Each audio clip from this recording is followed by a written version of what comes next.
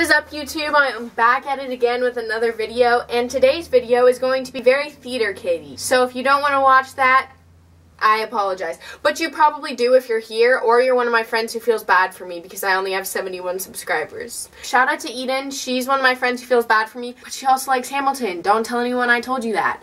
She'll kill me. Today, I'm going to be rating people's theories, or I guess interpretations of Hamilton, because I hate some of them and I love some of them. Let's get started. First off, we have probably the most popular theory right now on TikTok, that Eliza Hamilton is the main character because without her, the story wouldn't have existed, so the story is actually there to honor Eliza and how she worked really hard to tell the Founding Fathers' story. I hate this theory. This theory is a 3 out of 10.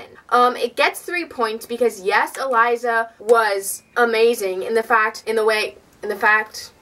aspect because she carried on their stories, and she's the reason that we know Hamilton's story today. But I hate this theory, A, because Eliza isn't the main character. She has no character arc. At the beginning of the story, her entire character is based off the fact that she's in love with Hamilton, and then at the end of the story, she dedicates the rest of her life to Hamilton's memory. There's no character arc at all, so she can't be the main character. And personally, I think that Lin-Manuel Miranda betrayed his own writing by making her the main character of the last song, because up until that point, she is not the main character at all. Moving on to theory number 2. This is very similar to theory number 1, but I have a whole separate rant about it. Theory number 2 is that the reason Eliza Hamilton is the main character, or why people think she is because she's the only one who doesn't rap throughout the entire show. I rate this theory a 1 out of 10. I think that it is really, really dumb. Some of the songs where she doesn't rap are absolutely amazing, but the entire reason Hamilton got really big was because it rethought the way musicals should be done. By discrediting the rapping,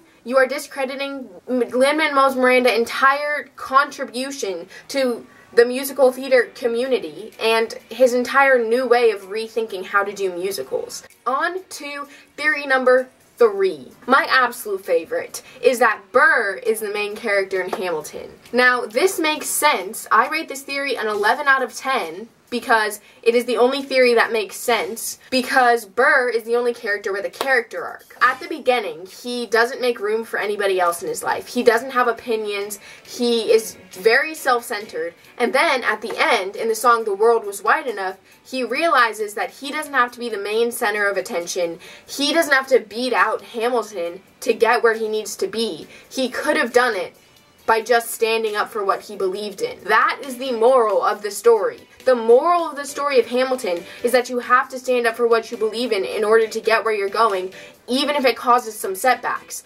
Burr, A, teaches us the moral of the story, B, is the narrator, and C, is the only character with a true character arc. He is the obvious main character of the story. Now, why is the musical named Hamilton, you ask? Because I don't think Lin-Manuel Miranda realized that he was writing Burr in as the main character. That's why I think the final song, by making Eliza the main character, is betraying his own writing, because his writing took him in a direction of Burr being the main character, but then the last song completely ignores that. And yes, I think it's right to honor Eliza, but I don't think that the last song should be about her. Theory number 4. Hamilton is the main character. I'm going to rate this a 5 out of 10 because I see kind of why it makes sense. Because it is called Hamilton and that's the story of his life. However, Hamilton doesn't really have a character arc. He stands up for what he believes in the entire time, and he also is very impulsive and makes rash decisions. Also, the fact that he tells Philip to fire his gun in the air and then does the exact same thing during the duel with Burr,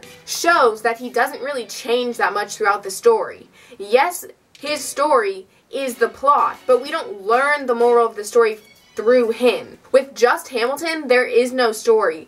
Burr drives the story forward because it is Burr's story in the end.